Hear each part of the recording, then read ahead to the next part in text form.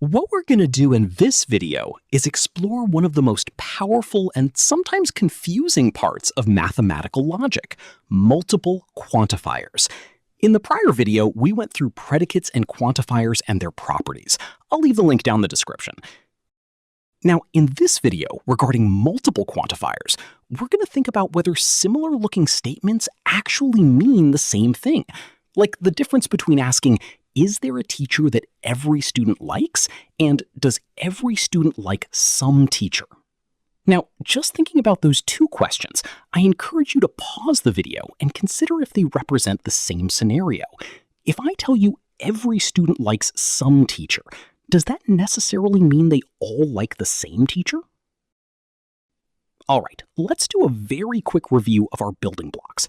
Remember, the universal quantifier, denoted by all A, means for every or for all, and the existential quantifier, denoted by there exists, or at least one. We've seen this in our previous video, that these are just tools to turn an open sentence into a complete statement with a truth value. Before we get to the tricky stuff, let's look at two quantifiers of the same type, which are either double universal or double existential. For an open proposition L of xy, which goes as x likes y, we may have for all x for all y L of xy. It means for every x and for every y, x likes y. If it is in our classroom, for example, it means every student x likes every other student y. In this case, the rules of logic tell us that the two universal quantifiers may be interchangeable without altering the sense of the sentence, meaning all x, all y, L of xy is the same as all y, all x, L of xy, implying that every x likes every y, or every y is liked by every x. But if we find one pair of x and y that L of xy cannot be true, meaning if there is even one x that don't like some y, then the proposition all x, all y, L of xy will be false. For example, let's say p of xy be x plus y greater than 0, where xy are element of real number. And our proposition is all x, all y, x plus y greater than 0. So to test out the truth value, let's take a negative number like x equals -2 and y equals -1. Then x plus y becomes -3, which is less than 0. Therefore, the statement all x, all y, x plus y greater than 0 becomes false. Remember, for universal quantifier, we only need one pair that makes the statement false to say the entire proposition false. Or, in other words, the statement has to be true for all members of the domain, so as to say the proposition is true. The other multi-quantifier is double existential, which is there exists x, there exists y, that x likes y.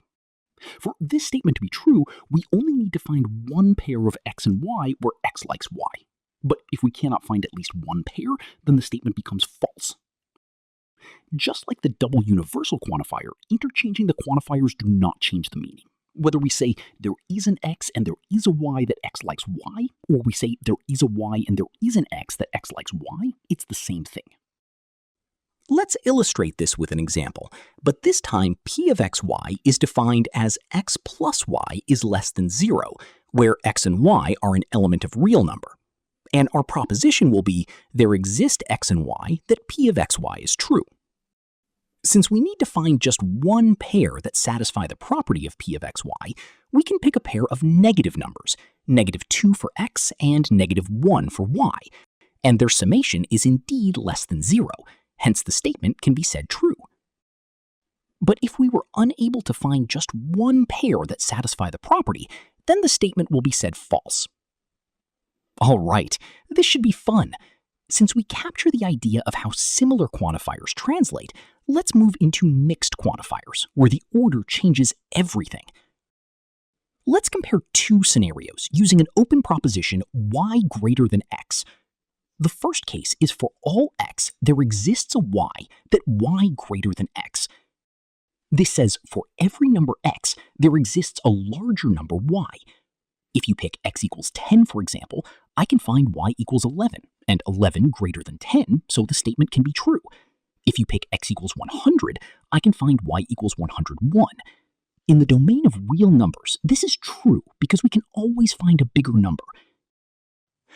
The second case is there exists y for all x, y is greater than x. By changing the quantifier's position, the statement becomes there exists a single number y that is larger than every number x. Let's make sure we're following this properly. This would mean there is one giant number that beats every other number in existence. In the domain of real numbers, this is false, because no matter how large that number is, there will be another number that is greater. Notice the meaning difference? The first case is for every number there is one larger number, and the second case is there is one larger number for all. Let's see another example. Coming back to our teachers and students example we have seen on the beginning of the video, our statement is student S likes teacher T, represented by the predicate L of S, T. Now let's see the two alternative meaning of mixed quantifying. The first one is all S, there exists T L of S, T, which means every student has some teacher they like. Here, the teacher can be different for every student. One student might like maths teacher and the other might not. Rather, she likes history teacher. But the bottom line is each student has some teacher she likes. Hence, if each student likes at least one teacher, the statement becomes true. But if we found at least one student who don't like any teacher, then the statement becomes false. Because by saying all student, we're including the student who don't like the teachers. The second one is there exists T for all S, L of S, T, which means there is at least one specific teacher that every single student likes. See the difference? In the first one, the choice of teacher is allowed to depend on student, but here, T, or the specific teacher, must work for everyone at once. Therefore, if we found a teacher that is liked by all the students, then the statement is true. But if there is no teacher that every student likes, or each students have different teacher they like, the statement becomes false. I hope these examples gave you ample understanding on their difference. For the above reason, mixed quantified statement cannot be the same when we interchange the position of the quantifiers. Meaning, for all x, there exists y p of x, y is not the same as there exists y for all x p of x, y. Let's get some practice. I encourage you to pause the video and try to translate these two sentences into symbolic logic. The first one says, every student has a friend. Use f of s, f for s is a friend of f. And the second one says, there is a teacher whom every student respects. Use r of s, t for s respects t. All right, let's think about this together. For the first one, the statement goes as every student has a friend, where the predicate has two variables, s for student and f for friend.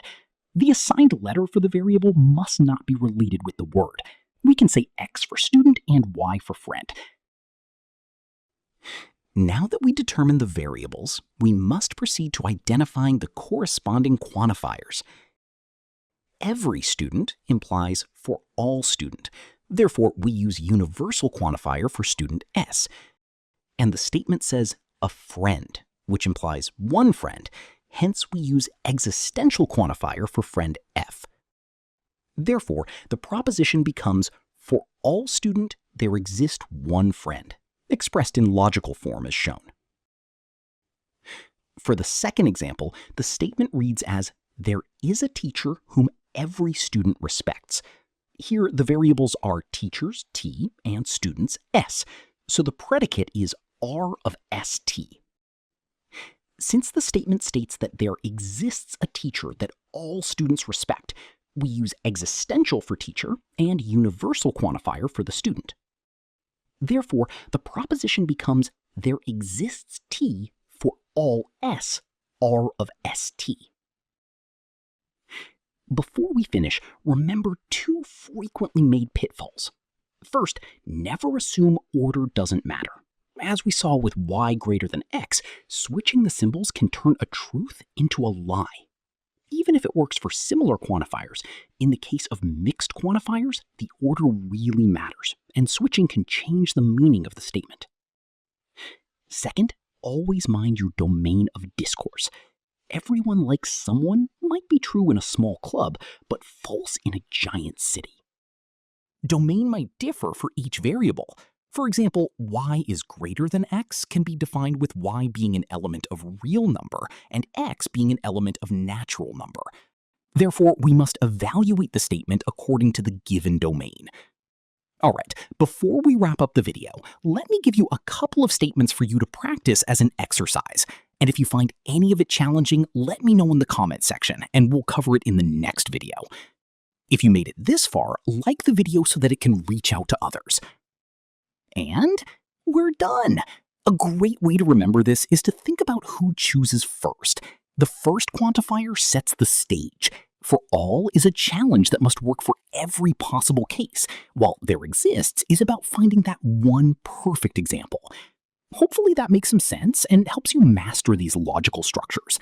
If this walkthrough was helpful, hit that subscribe button to keep building your logic skills with us here at Rimetric Walkthrough.